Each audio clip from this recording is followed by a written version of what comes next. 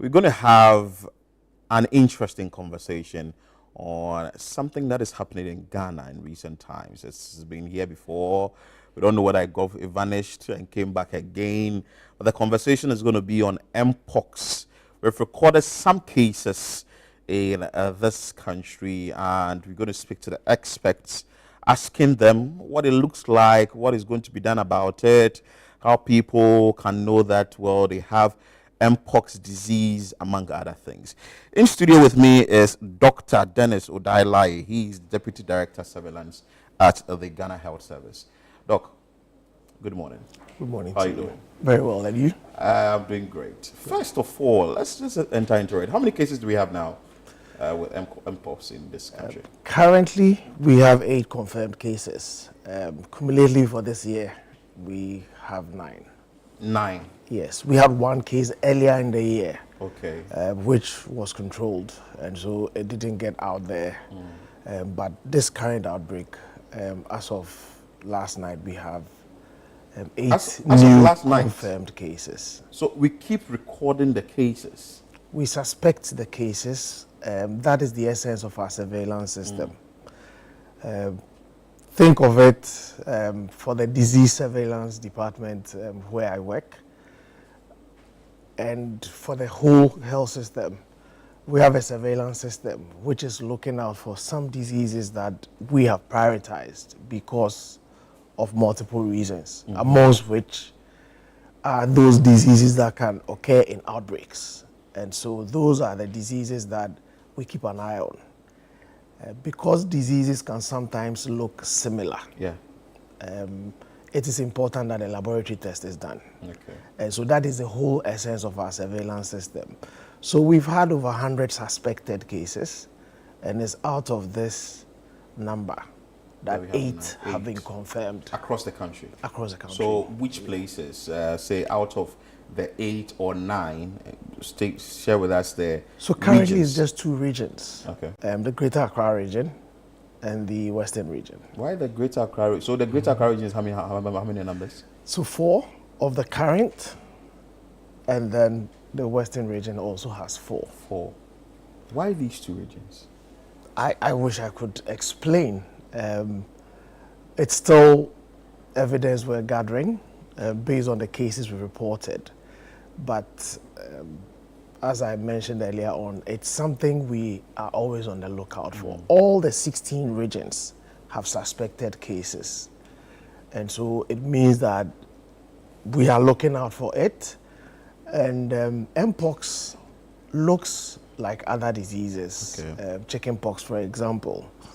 The names are rhyming. So Yeah, chickenpox, it doesn't Mpox. Mpox, yes. So we do have, and there's no way to tell, especially to the untrained eye, which one is chickenpox and which one is Mpox.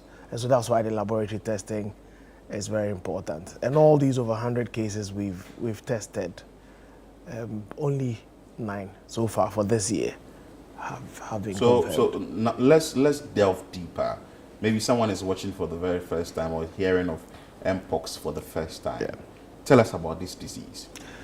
Thank you. So Mpox is a disease that can be easily transmitted from a person who has the disease to another person, or a person who has the virus, I should say.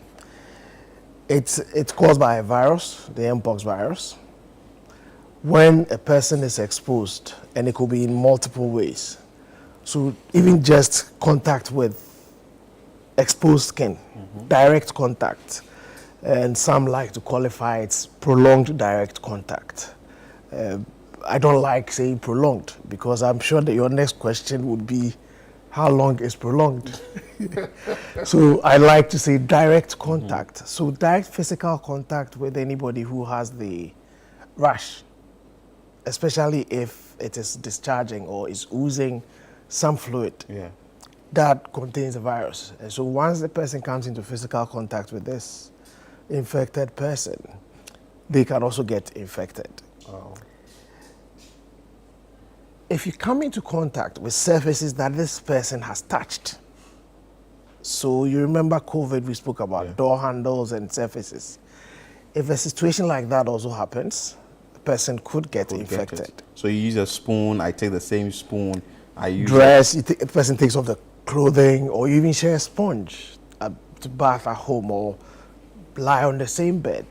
Once the discharges come into contact with those surfaces, and you also come into contact with them, you could get infected. There's a last part which I don't like talking about because it may cause panic, But it's talk about important it. that people know that it can also be spread like we experienced for COVID. There's some evidence. It's not as robust evidence as the ones I've discussed earlier on, which is that you can actually get infected if you're talking face to face with a person. The virus has been found in droplets. Wow. So when a person is talking to you and is infected, a person can also get infected. The other thing, and I think I mentioned that before we got on air, that is that it can also be spread by persons who may not necessarily have the rash.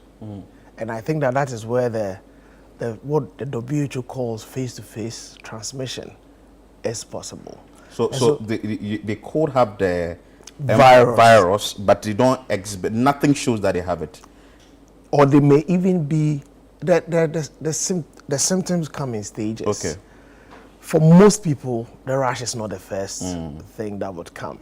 They may get a fever, a severe headache, body pains and weakness before the rash may come. Okay. Some, it may just start with a rash. And so for those who may be going through these symptoms I've mentioned without the rash, they could also potentially transmit it. Wow. And so that is why for us in the Ghana Health Service and for all of us in the health sector, it's important that once we identify anybody who has the disease, we look out for people who may have come into contact with this person and follow them up.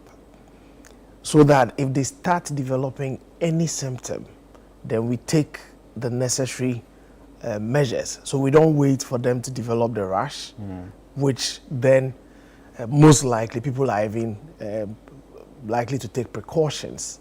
Once you see somebody with the rash, and especially now that we're talking about it, people may take the precautions they need to. But otherwise, it's important that anybody who is unwell gets to the health facility. As I mentioned, the initial symptoms look like malaria and all the other infectious diseases that we can think of. So it's important people go to the hospital. So when you identify people like that, do you do some sort of isolation, or they can still stay within other people, or they should be isolated at all costs? So you mean the people who have come into contact? So maybe someone has Mpox. Yes. You've identified that Yes. this individual has Mpox, yeah. But from all what you've stated, the little contact he or she gets with another person is transmittable or communicable. The Yes. person is certainly going to get it. That's right. Do you isolate the affected person? Yes. So, and even if they have to do home care, and I think we did that during COVID as well, we take them through the necessary procedures or the processes they should go through to make sure that they don't spread the disease. And so making sure that they are sleeping alone. I mentioned that if you lie on the same bed with that person, you could get infected without the person coming into physical contact with you. As much as possible, restrict usage of, household items to yourself. And people should keep their distance. And if there's any form of contact, I think hand hygiene is one of the most underrated but very effective ways of preventing infections. And so people should have sanitizers on them. We should go back to the days. If you come into contact, you shake anybody's hands or come into contact with any surface, you make sure that you use the hand sanitizer, or if the hand washing facilities available, we can use that as well to protect ourselves. What leads to this? Is it filth or your environment? What exactly leads to you contracting Mpox in the first place? So it used to be a disease mostly found in animals, and before 2022, the World Health Organization has indicated that there was no documented or evidence of large-scale human-to-human transmission So it was only in 2022 that it came up that we are seeing this large-scale human-to-human transmission, which then meant that it was now easier for one person to get it and transmit it to another person. Okay. And once the virus is in circulation in humans and in some animals, the risk of the infection is always there. So it is not necessarily something specific we've done, although there are, issues around our use of the environment. So coming into contact with animals who can then spread the disease to humans, and then once it gets into humans, it can easily be spread. I think I mentioned, for example, that if you're sitting in a trotro, for example, and somebody has Mpox in the trotro, or in any form of public, where there's congregation of persons, then the disease can be spread. And you're scaring us. We can't sit in church again. No, it's just an example. Is that because example? it's the easiest example of how we sit next to each other. Wow. In very close proximity. I mean, I'm sure if you go to the banking hall, Yes. for example, people sit. And so all those are opportunities or risks, I should say. They are not opportunities. They are risks for the disease to be transmitted. Wow, then we have to be very careful. Now we have 8, or let's say 9. For this year, but in the current outbreak, we have 8 8 confirmed cases, yes. Can it go more? Because we know in a country like Sierra Leone, they recorded about, is that over 2,000 over cases, 2,000. yes. So we could go more if it's not controlled. It could, that's right. How are you controlling it? So we as a service, and I think that this opportunity to engage the population using your medium is one of the critical things we're doing. People need to understand the disease, how it's transmitted, and even when somebody gets it, what we can do to prevent ourselves from getting it. And so, as I mentioned, it's a disease that is transmitted from person to person. Physical contact, all forms of physical contact you can think about. A hug, a kiss, a handshake. Once the person has the lesions, it can be spread. And I've also mentioned that there's some evidence that it can also be transmitted when, even just standing in front of somebody who has the virus and is talking to you, it can be spread by droplets as well. And so those must be known. If you find anybody who has the symptoms, then you need to ensure that you don't get into physical contact with this person, and ensure that the person goes to the hospital as soon as possible. But generally also, if we feel unwell, our recommendation has always been that we go to the hospital. Let's not go first to the pharmacy and try to get something to take. It's something we've observed in a few of the cases we've seen. And that also means that you have potentially more contacts to follow up, because everywhere they go, and there's a potential for people to having contacts there. Final question.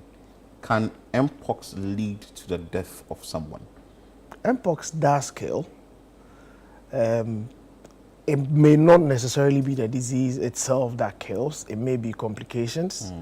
For example, if a person gets a pneumonia as a result, or what we call septicemia, which basically means that you have germs in your blood.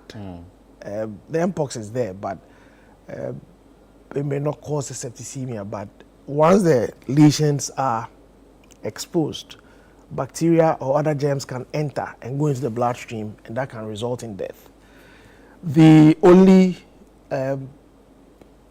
no death is acceptable from especially from outbreaks. So I'm not going to, but I'm looking at it in the context of other diseases.